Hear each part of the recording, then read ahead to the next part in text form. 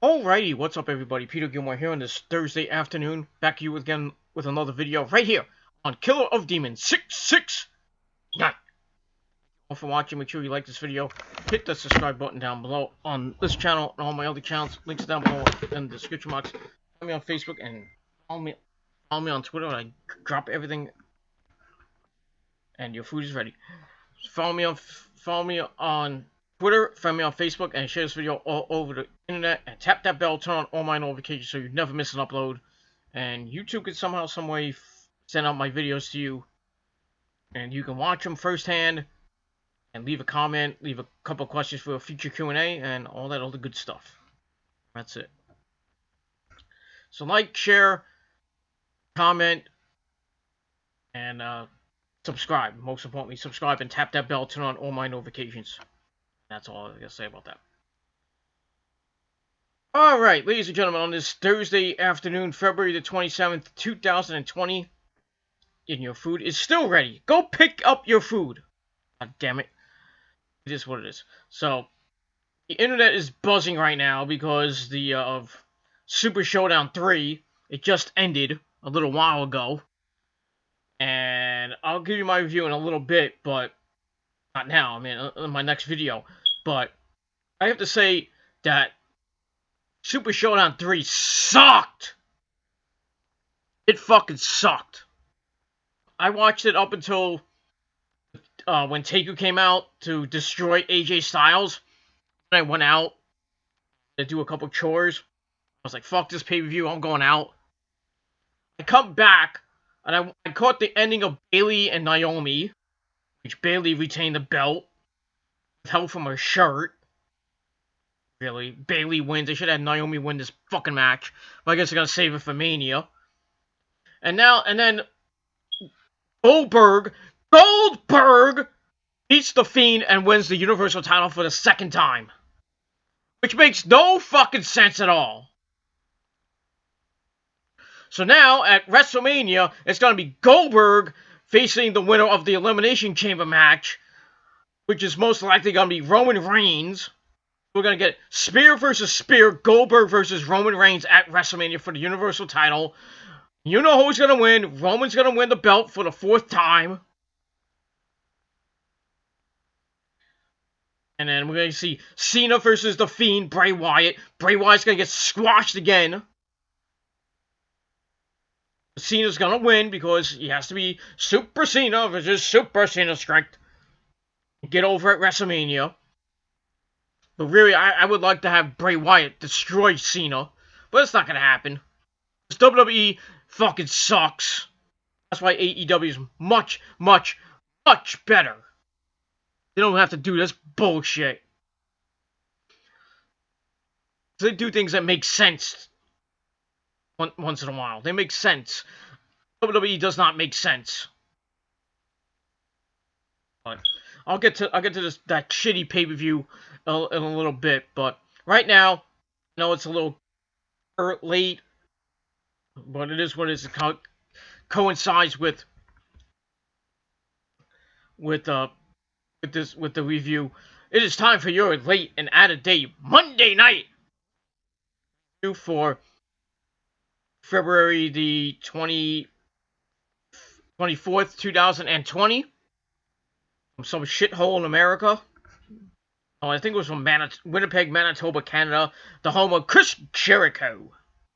Les Champions. A little bit of the bubbly.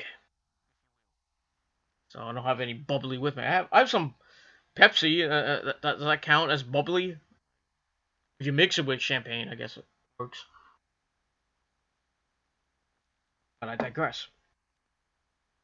So, go to Raw going into Super Showdown, and Raw sucked. The whole company fucking sucks. And that was basically it. I mean, the whole company fucking sucks. And let me tell you straight up, the whole fucking company sucks. And that's basically all I gotta say about that. Let's get into this review. Let's not waste any more time. And that's pretty much all I gotta say about that. So we start the night off with some highlights of Randy Orton and his monotonous voice. And we see highlights of him beating the crap out of Edge, and then him destroying Matt Hardy. Oh, is he the Exalted One?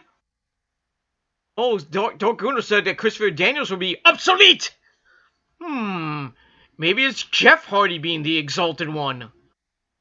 The plot thickens, and we'll hopefully find out this Saturday night at Revolution. The Exalted One may be. Because it still may be Christopher Daniels now, because Matt Hardy supposedly re-signed with the company. Sucks. Though, and Jeff's supposedly coming back soon, so you can scratch Matt Hardy's name off the list of the Exalted One. So you put Daniels in there, and it's not going to be Austin Aries. So, but then again, they can still go with Jeff Hardy or Matt Hardy. You know, never know. But it is what it is. So, see him destroying Matt Hardy last week, made him out, and then he comes out and says he needs to apologize. He's not a sentimental man, but his emotions have become unbalanced. He says in the morning when he arrived to the arena, he was told it was 15 years since Raw was in Winnipeg. Not that long.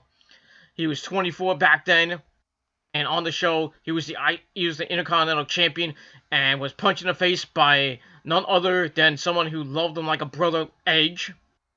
He says if Edge was here, he won't be because of what Orton did to him. So if Edge was here, he'd probably slap him in the face too. But he's not. Supposedly Edge is going to be on the show March 9th. Not this Monday night, next Monday night on the program. Beth Phoenix is supposed to be on the show. I hope Beth Phoenix gets drilled with an RKO on a chair. And then gets the same treatment that Edge got. Can chair her fucking ass to hell. That's all I gotta say about that. So anyway, Orton doesn't expect us to understand why he did what he did. What he did, he's sorry for. He's truly sorry for from the bottom of his heart. Then KO comes out, Kevin Owens, and he says that he's been dealing with delusional people for months, meaning Seth Rollins and AOP and Buddy Murphy of all people. He's gonna put that aside because he has an issue with Orton, and he heard what he had to say, and he doesn't think he means his apology.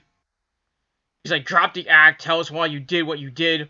You beat down Matt Hardy when he asked, so now Kevin is asking. Orton says he doesn't want to go down that road. But Kevin says he hated when he saw Edge retire. He looked up to Edge and wanted to share the ring with him someday, and when he came back, he was a fan and loved seeing Edge get back to what he loved. And then Orton took it away. He's like, why did you do that? Orton says, you think you know me? Running off Edge. Edge thought he knew him as well. And Kevin's kind of sick and tired of all this crap, and he wants to fight. Orton's like, I agree. Oh, not right now. So we're going to get Orton and Kevin Owens in the main event later on in the show. A pretty match. So I give the first segment 2.25 out of 5 stars. Pretty good opening segment to start the show. And the crowd was into it. They loved Kevin because he is from Ontario, Quebec, Canada. He's in the other province. A couple of provinces over if you want to think about it. Because it's Winnipeg, Manitoba, Saskatchewan. And then I think there's another province next to that. And then it's Quebec, Ontario, and Toronto, and Ottawa. Ottawa, Ontario, Canada. Where I've been. I've been to Ontario. I've been to Toronto, and both great cities. Crappy hockey teams. Well, what are you gonna? And a baseball team if you think about the Toronto Blue Jays. They suck. And yeah. But I've been to Canada a couple times. You know, they hate me up there because I'm wearing, you know, this. They hate the Rangers up there. Canada. Most likely Montreal and Ottawa and Toronto. And Vancouver, if you think about it. I've never been to Vancouver, so. But I imagine if I went to Vancouver wearing this, they'd be really pissed off at me for 1994. But, you lost, bitches! That's all I gotta say about that. So, yeah, so Orton and KO in the main event. We'll see what happens. And give the segment 2.25 out of 5 stars, and that was it. Alright, then we go to the back with Charlie Caruso. And she has Garza and Selena Vega as her guests. Garza will face Humberto Carrillo later on. And Selena says that Garza will take out the trash. She says that Garza is a man's man, and he'll put his cousin where he belongs, in the dirt. And once that is done, nothing will stop Garza from taking the top spot on Raw. Then Garza starts talking in Spanish to Charlie Caruso, and he starts flirting with her, and Charlie's like, "Oh my." She loves that Latin dick, if you know what I mean, but, she loves my dick even more. But, she could get the D from me any day of the week. It's on Sunday. But I digress. So we get that. So I gave that 2 out of 5 stars. Was what it was. So we'll see what happens with Humberto and Angel Garza coming up. And we get to the match. We got Selena Vega at ringside. And match was pretty back and forth through the most part. Carrillo was in control as Garza goes to the floor. Carrillo fouls out with a shoulder tackle, and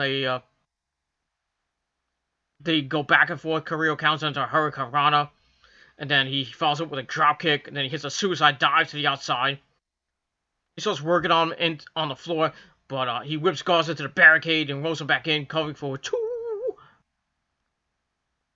And he starts going to work on Carrillo with a high-cross body for a near fall.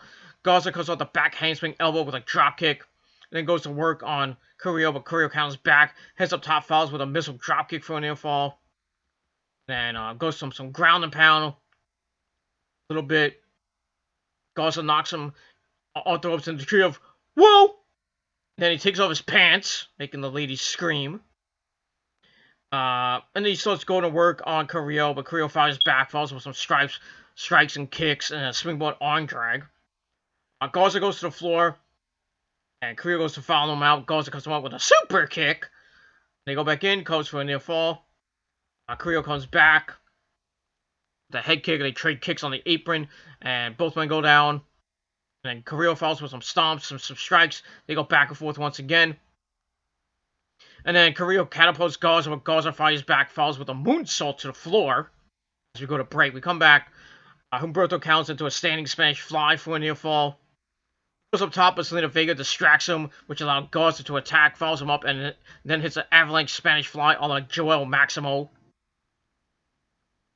And he gets 2 out of that. Then they go back and forth. Carrillo hits a spin kick. That gets a near fall. Garza cradles him up for a near fall. They trade back and forth near falls. And crowd's getting into it a little bit. And then Garza hits the wing clipper to finish him off. So Garza picks up the win. And that's pretty much all I gotta say about that. So I think they had another match on Super Showdown. And I think Garza won that one too. I mean, I think he won. I forget. But it is what it is. I don't know why they were doing rematches on a pay-per-view. It makes no fucking sense, but it is what it is. So he gets the win. Pretty good match. I gave it 3 out of 5 stars. And that's it. That's all I'm gonna say about that. Alright, then we get highlights of the Shayna Baszler Becky Lynch feud. That's gonna continue on till Elimination Chamber next Sunday. That's next Sunday. Not this Sunday. Next Sunday. So we got a pay-per-view, and then a pay-per-view next week. That's great. Great build-up for your pay-per-view. Idiots.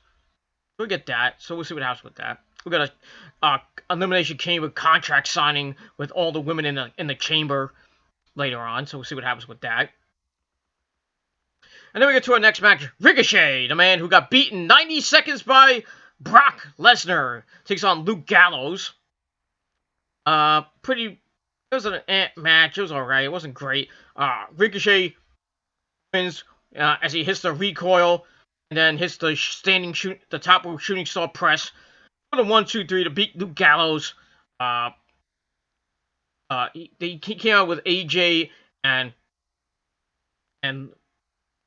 Carl Anderson, but Gallows like, I got this, Then they went to the back, then I don't want to cause a distraction or anything, but it is what it is. I think Gallows could have used them though, but yeah, it is what it is. I think Gallows and Anderson could have used some State Farm insurance because they got their asses handed to them by the Undertaker. But it is what it is, and that leads into AJ and Taker, which we'll probably see maybe tomorrow night, either tomorrow night on SmackDown, innings of the feud, or we'll see it next Friday on SmackDown. Probably see the Undertaker on SmackDown next Friday night. Or maybe he might be appearing on Monday Night Raw this coming Monday night because AJ's on Raw, so we'll see what happens this Monday night if Taker comes out, does anything, or AJ challenges him to a match at WrestleMania. Undertaker comes out, looks at the sign, then he just and that's it. So that means he accepts. So, and he will, and he'll beat AJ in pretty probably like maybe a 10, maybe 15-minute match. Taker can't go that well anymore, but because he's 50 some odd years old, Taker can't do a 30-minute match anymore. He'll get winded and everything.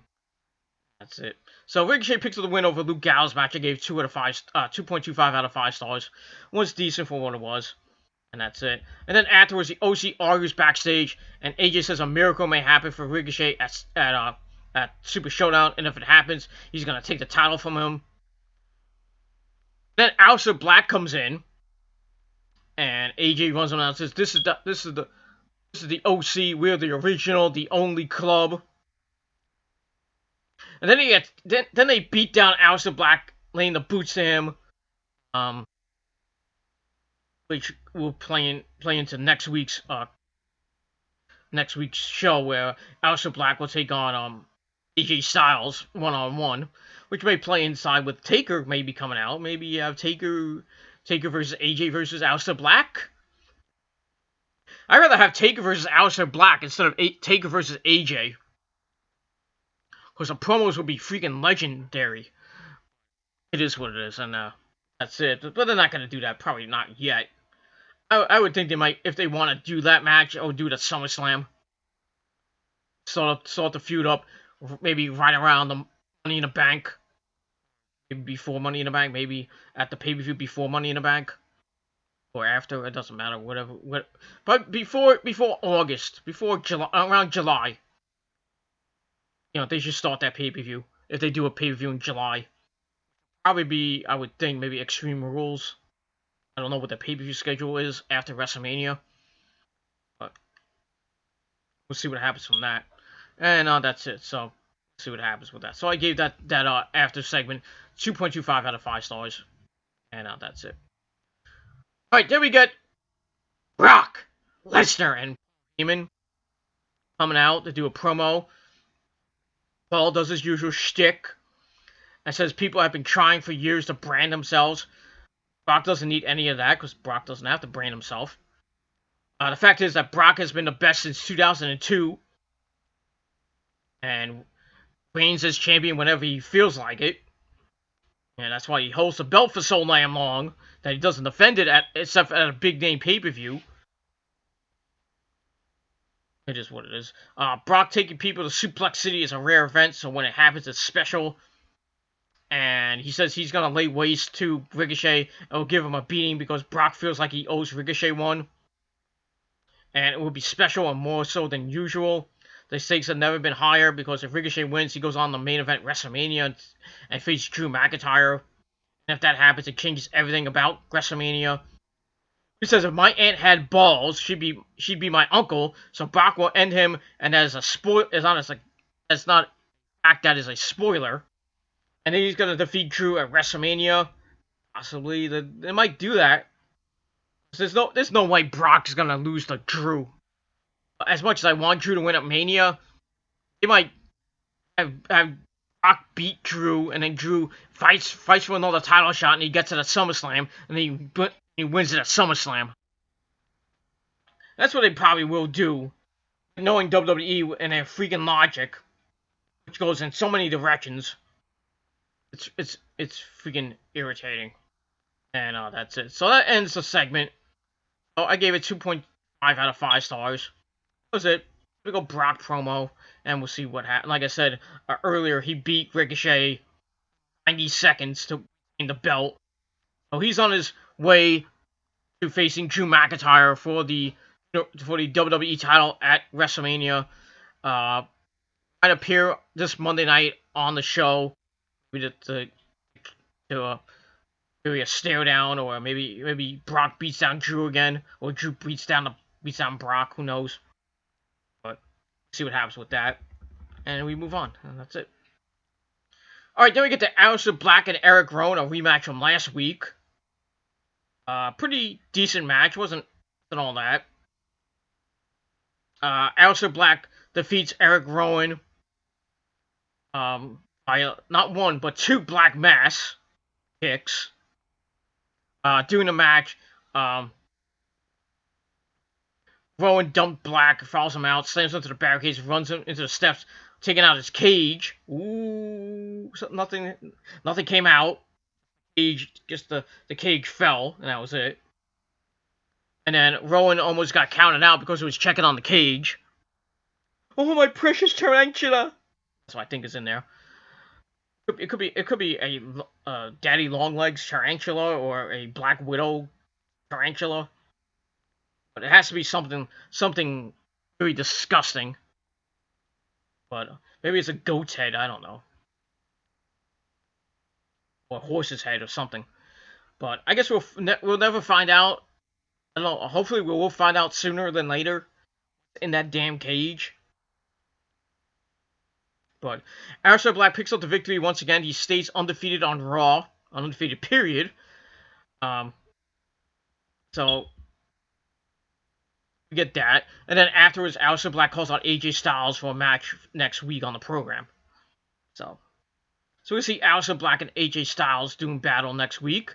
Should be a good match between two strikers, and I think Aleister Black will win probably by DQ, or maybe he'll win by Black Mass, keeping the feud going on. And then you add in the Undertaker, or maybe Styles will have Aleister Black down, looks for the phenomenal form, and then we hear the dong, and then the lights go out, come back on. Taker's not there, and then Aleister Black comes from out of nowhere and hits the Black Mass and gets the victory over AJ.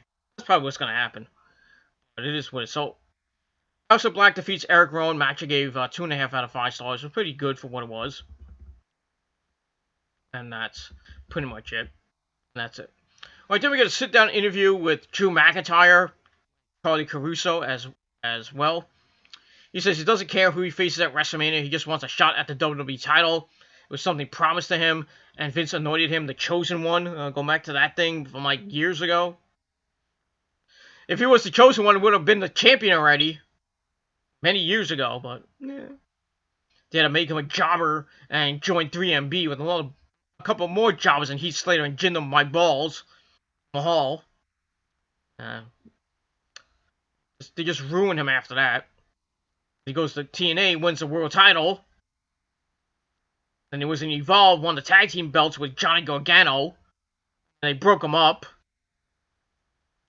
And then Johnny Gargano and at the time, it was Drew Galloway feuded, and they changed his name back to Drew McIntyre.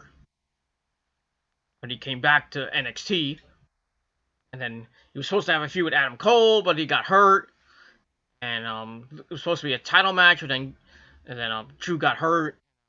I think Andrade won the belt from him after that, or I forgot who won the belt after that, or I forget. I think he gave it up or he lost it in a match. I forget.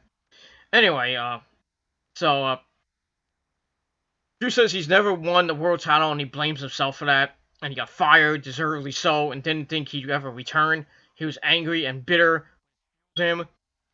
He had to take accountability, get it back. He didn't want to be remembered as the idiot playing air guitar in 3MB.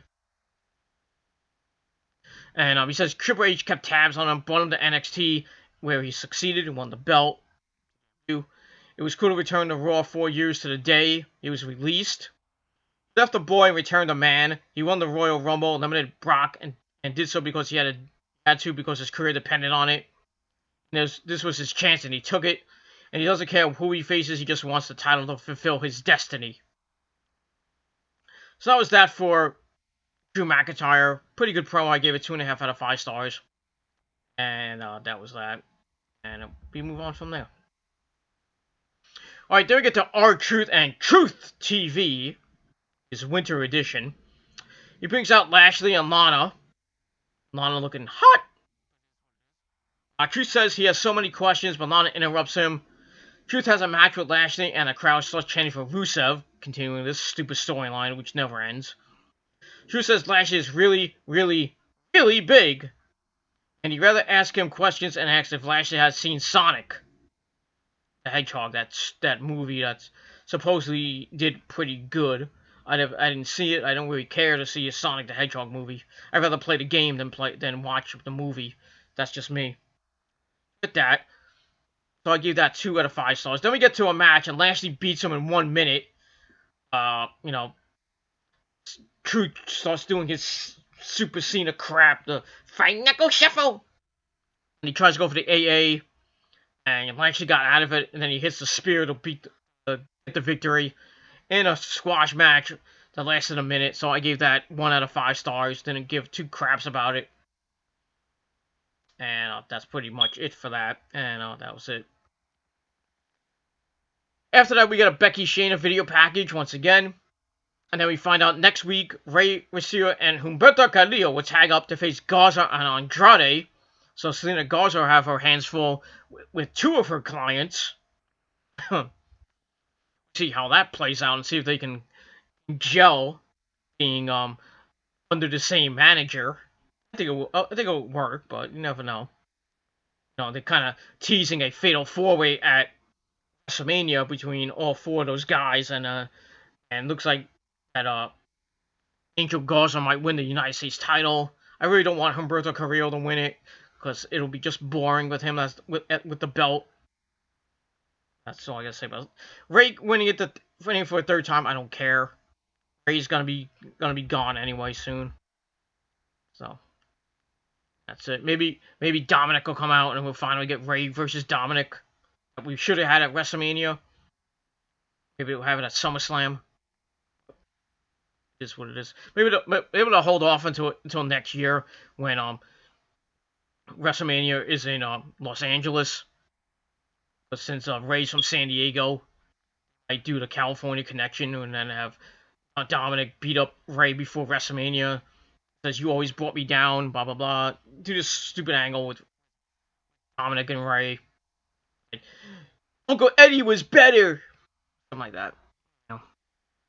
And we'll see what happens with that. So that's what I gotta say about it. So Rey and Humberto tag up against Garza and Andrade next week. Should be a pretty decent match, and we'll see what happens on Monday Night Raw next week. All right, then we get to the Women's Elimination Chamber signing at Asuka, Natalya, Liv Morgan, Ruby Riott, Sarah Logan, and supposed to be Shayna Baszler, but she didn't get there.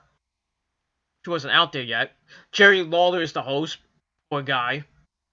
So Asuka cuts off Lawler, starts talking in Japanese and then in broken English, and she's like, "We don't care, easy peasy, ah!"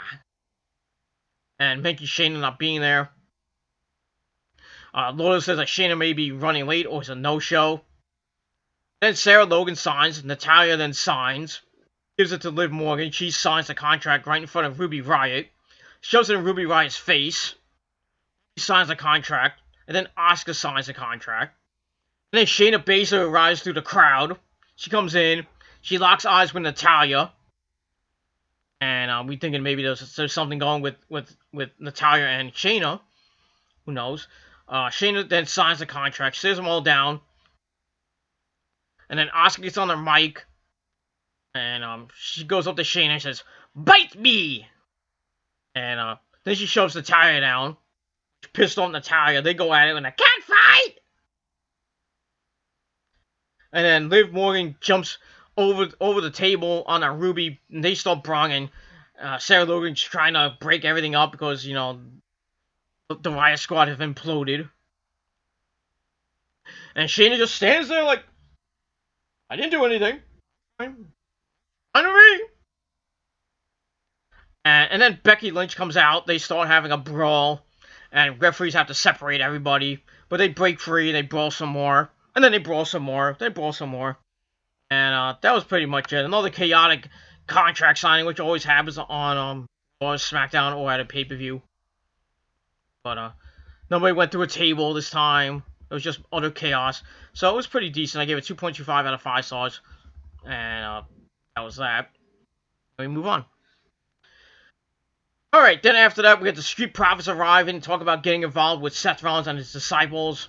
And they hyped the Raw Tag Team title match on a Super Showdown, which Buddy Murphy and Seth Rollins won.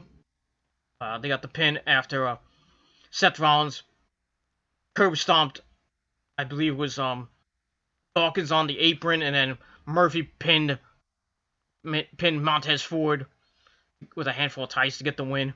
So they retained the belts. Whoop-de-damn fucking do. Don't care. That was that. So Seth Rollins comes out with the AOP. We get to Angelo Dawkins versus Murphy. Match lasted a minute and a half. Ends in the disqualification as Seth runs in for the disqualification. Pretty boring fucking match. I gave 1 out of 5 stars. That was that. Then we get quickly into Seth Rollins and Montez Ford, which was a little bit better. And they throw him in the barricade, and Montez Ford was in control, and then Seth comes back. Getting to the end, Ford goes back up top. Seth cuts him off. Ford fights him, knocks him off. Seth pops back up, but Ford counts into a sunset flip bomb. Then he goes up top, looks for the frog splash. It missed, and Seth Rollins hits the blackout, the curb stomp to pick up the win. And that's it. Match was pretty decent. I gave it 2.5 out of 5 stars. Better than the Dawkins match. I think Montez Ford is the better of the team. He's like the Shawn Michaels, so Angelo Dawkins Jannetty in a bad way, but it is what it is. So Seth Rollins picks up the win. As champions, like I said, they won at Super Showdown 3. Pretty match. I really didn't give 2 shits about. That was that. And that's it. So 2.5 out of 5 stars for the match. It was okay, and that's it. Alright, then we hear that Beth Phoenix is gonna appear on Monday Night Raw this Monday night. Probably will get RKO'd out of her top, and I really don't care. I hope she gets Concerto to the moon. Just lay her out. We don't have to hear her on NXT next week. But we'll see what happens with that. That's that. Then we get a Rhea Ripley video package. Always nice to see Rhea Ripley. Continuing her feud with Charlotte Flair, as Charlotte took on Bianca Belair on NXT. And Rhea Ripley came out at the end, near the end of the match, and ran off Charlotte. That was that. So we'll see what's gonna happen on Monday Night Raw this Monday night with Charlotte and Rhea Ripley. Maybe Bianca appears on the show. Who knows? I still think it's gonna be a 3-way at Mania, and I think Bianca Belair might pick up the victory. But I'm gonna give it to Rhea Ripley, but I think Bianca might win a belt. But we'll see. That's that. Alright, then we get to the end of the night. Randy Orton and his Relentless Force! He's on Kevin Owens. Match was okay. They lock up, they work the ropes. Kevin follows with some chops and some strikes. Beating down Orton. Orton then goes to the outside. Kevin whips into the barricade, follows with a cannonball on the outside. They go back in, Kevin heads up top. And then Seth Rollins and his goons arrive. It causes a distraction. Orton attacks him, works over Kevin on the floor, rolls him back in, grounds and pounds a little bit, targets the arm of Kevin. Kevin keeps things grounded. Kevin tries to fight, and Orton sends him into the ring post. Still focusing on the arm, but Kevin hits a desperation super kick. Then the Viking Raiders and the Street Profits come out. They attack Seth and company. They brawl all the way to the floor and into the back and through the crowd. While this is going on, Kevin goes up top, gets crotched. Kevin fights off the superplex. They trade back and forth, and Kevin knocks Orton to the mat. Falls up with a swanton bomb. They take out Seth Rollins for good measure. Orton then attacks. Kevin stuns him off the ropes. Seth then grabs on Orton and follows with a draping DDT for the win on a very fast count by the referee. Nobody knew who the hell he was. So he gets the win. Randy Orton picks up the victory the cheap way. I gave it 2.25 out of 5 stars. That. Afterwards, Seth slides Orton some chairs, and he's like, "Listen to the voices in your head, Randy." He wants to put Kevin Owens on the shelf with a concerto. Kevin fights to his feet. Orton bails out of the ring. And Kevin grabs the referee. He tears off his referee shirt to unveil a Messiah on Monday Night Raw shirt by Seth Rollins, and the referee starts begging off. Kevin then hits a stunner onto him. But wait, there's more. He goes outside, grabs a table, puts it in the ring, and then he hits the pop-up powerbomb on the referee to end the segment. As Seth Rollins is like, "Ugh!" He's kind of concerned and blah blah blah. Like, that makes you unstoppable. Blah blah blah. I don't know why this angle is still going on. I hope it ends at WrestleMania, which it probably will, with Kevin Owens finally winning the feud. But we'll see what happens with that. So, Aftermath, I gave 2.25 out of 5 stars. Overall, Raw was kind of mediocre, meh, in the middle, right down the middle, daddy, like Bill Alfonso says. So I gave it 5 out of 10 stars. And I really didn't like the show at all. I kind of felt bored with most of the show. But it wasn't really a good go-home show. Like all good go-home shows, they're boring and don't really make you invested to buy the pay-per-view or invested to watch the pay-per-view. Raw and SmackDown doesn't do that. NXT, somehow, they rarely do it. They actually put on a good show to get you invested to watch TakeOver. That's that. NXT is better than Raw and SmackDown. That's a fact. And that's it. So it wasn't really a good go-home show. The pay-per-view sucked, like I mentioned before. I'll get to that in a little bit. But all in all, Raw sucked. So I gave it a 5 out of 10 star rating.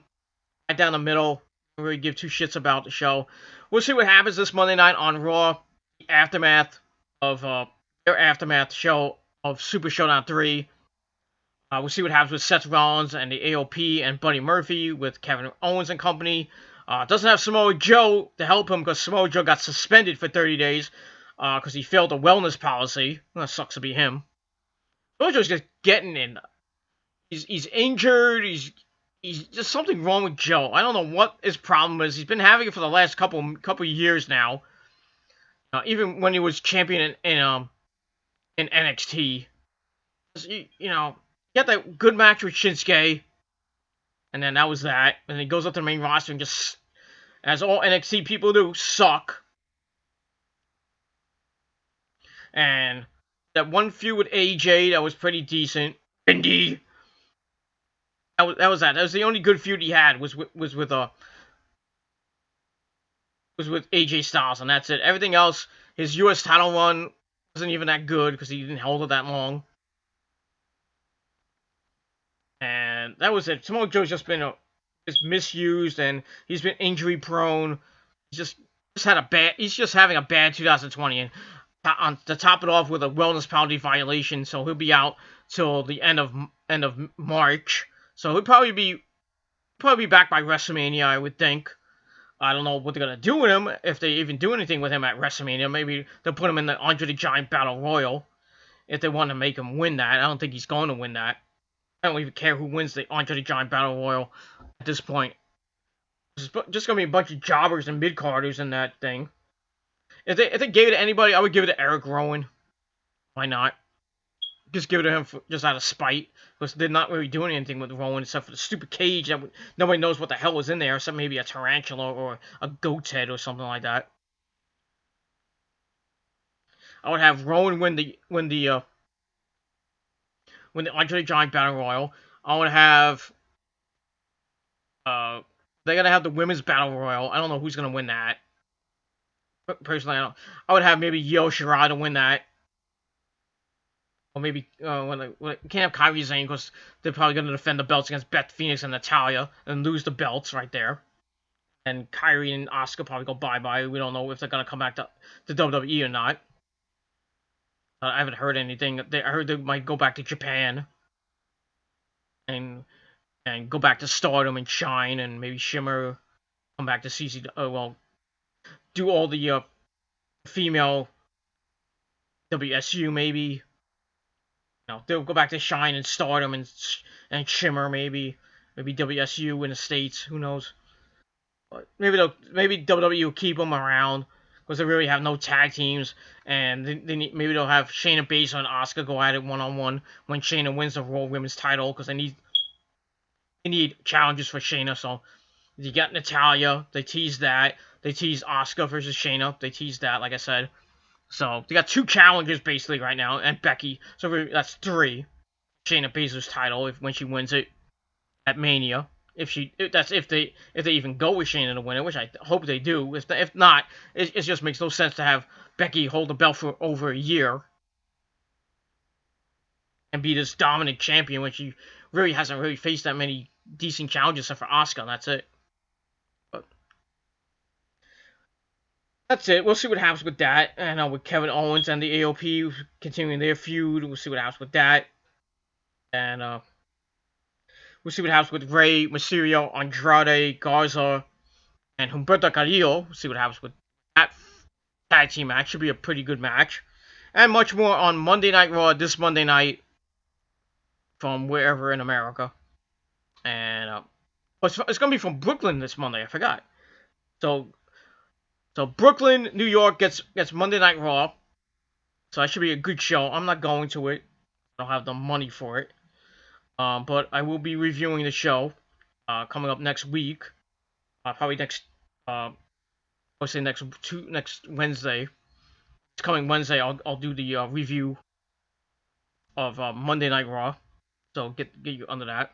And then next week AEW and NXT reviews as well. That's that. So that's that. So thank you all for watching this video. Once again, 5 out of 10 stars for Raw. Wasn't a very good show, like always, but it is what it is. And that's all I gotta say about that. So thank you for watching. I got my Super Showdown 3 review coming up in just a little bit. But for now, I'm Peter Gomez signing off. Peace out. Rock on. And if you're not down with that, fuck you, man. And that's all I gotta say. Thank you for watching. I'm out. Peace, bitches.